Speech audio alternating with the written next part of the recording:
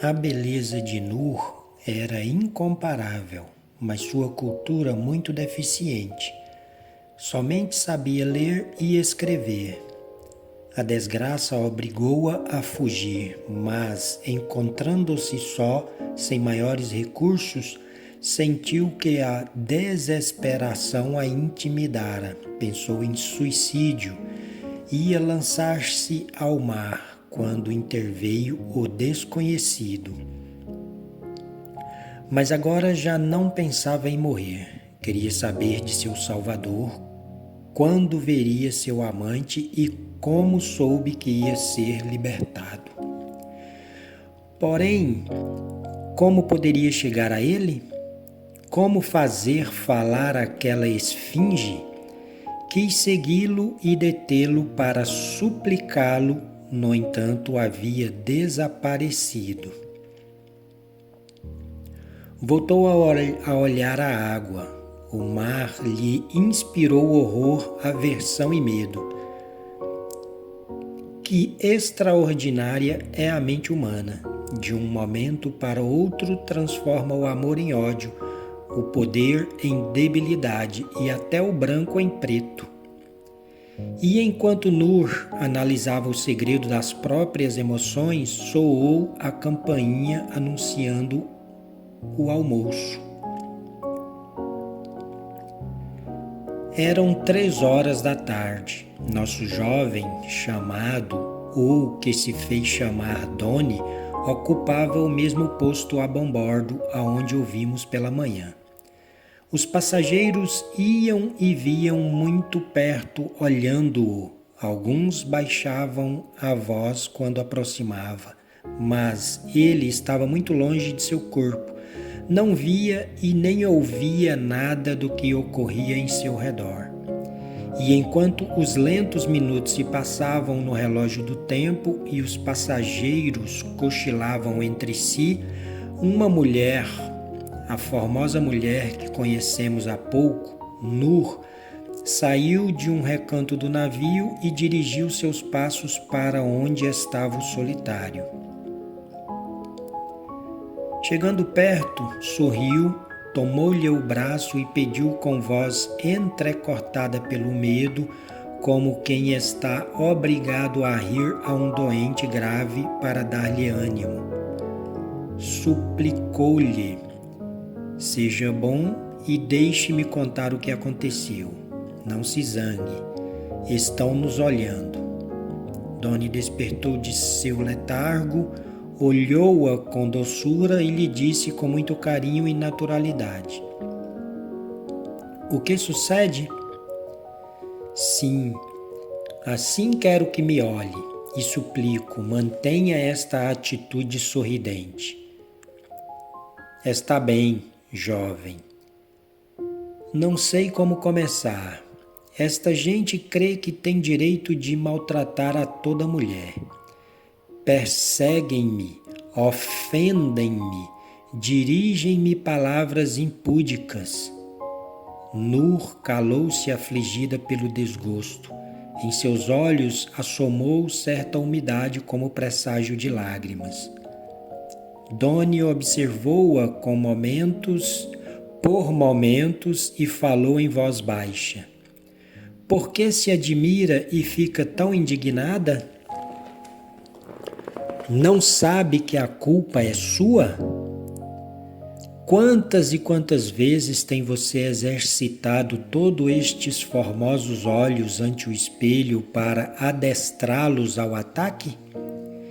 E esta boca provocante, quantos dias e noites tem ensaiado o gesto nos lábios para apanhar a vítima? Não deve culpar estes pobres seres, minha amiguinha.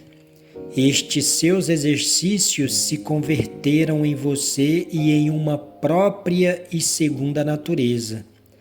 Seja mais severa consigo mesma e indulgente com eles, e as coisas se mudarão. Não sabe que o exterior é o reflexo do interior? Nur ouvia atônita as frases e não sabia o que responder ao homem que lia em seu coração. A princípio teve temor, queria retroceder, mas sentia-se confusa. Então estou marcada? Você marcou-se a si mesma, mas é fácil fazer desaparecer o estigma. É isto tudo o que queria me dizer?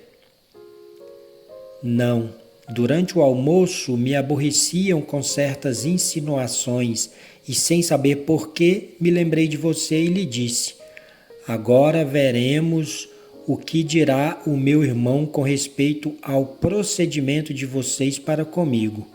Alguns ficaram surpreendidos e perguntaram: é seu irmão aquele que falava com você esta manhã? E eu lhes disse que sim, e que o comandante do navio o convidou a almoçar, porque são amigos íntimos. Doni, ao ouvir as mentiras tão bem preparadas, não pôde conter uma gargalhada, a princípio, mas logo despertou à realidade. Franziu o senho para em seguida perguntar: e agora, que pensa fazer? E calou-se para levantar seu cabelo da frente e Nur pensava, cheia de ansiedade. Seguiria ele sua farsa? A desmentiria? Qual seria sua situação se chegam a saber que os havia enganado? Enquanto isto, o jovem media a responsabilidade das palavras pronunciadas por aquela mulher. Desmenti-las seria muito doloroso para ele. Como poderia repelir a esta criatura que se refugiava nele e lhe pedia proteção? E que seria dela se chegassem a descobrir o contrário? Não era ela a filha do melhor amigo de seus pais? Quantas vezes ele, criança e adolescente, esteve em sua casa e comeu de seu pão? Quantas vezes o pai de Nur carregava-lhe e acariciava-lhe, dizendo: como és bonito e inteligente, meu filho, que Deus te conserve para teus pais. Doni rememorava tudo. Deveria proceder como faz todo mundo? Morto o amigo, ninguém vigia os filhos? A amizade deve ser como a pele de serpente ou como uma nuvem de verão? Amizade, amizade. Mas, se a aceitasse como irmã, como poderia deixá-la com os demais para que a molestassem durante toda a viagem? E como a levaria a viver com ele na mesma cabine? Ele comprou passagem de terceira classe, mas pagou 1.000 francos pela cama de um marinheiro e para que este lhe servisse comida de primeira classe. Pagaria outros 1.000 francos pela cama de outro marinheiro para cedê-la a Nur? E enquanto buscava a solução do problema, Nur suspirou. Eu deveria ter me suicidado. Causo sempre desgraças às pessoas com as quais lido. Doni olhou-a com ternura mesclada de tristeza e disse: espere-me aqui, volto num momento. E se foi em busca do marinheiro. 10 minutos depois, perguntou: tens bagagem? Onde está? Ela olhou-o surpreendida e foi buscar a mala.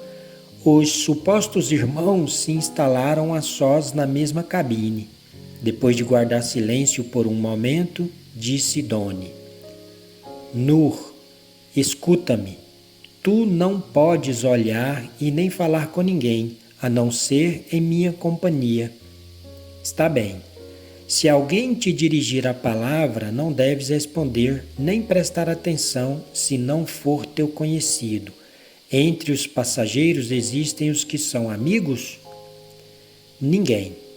Pois tomo tua palavra e rogo obedecer-me para o teu bem. Podes tratar-me por tu, pois sou teu irmão.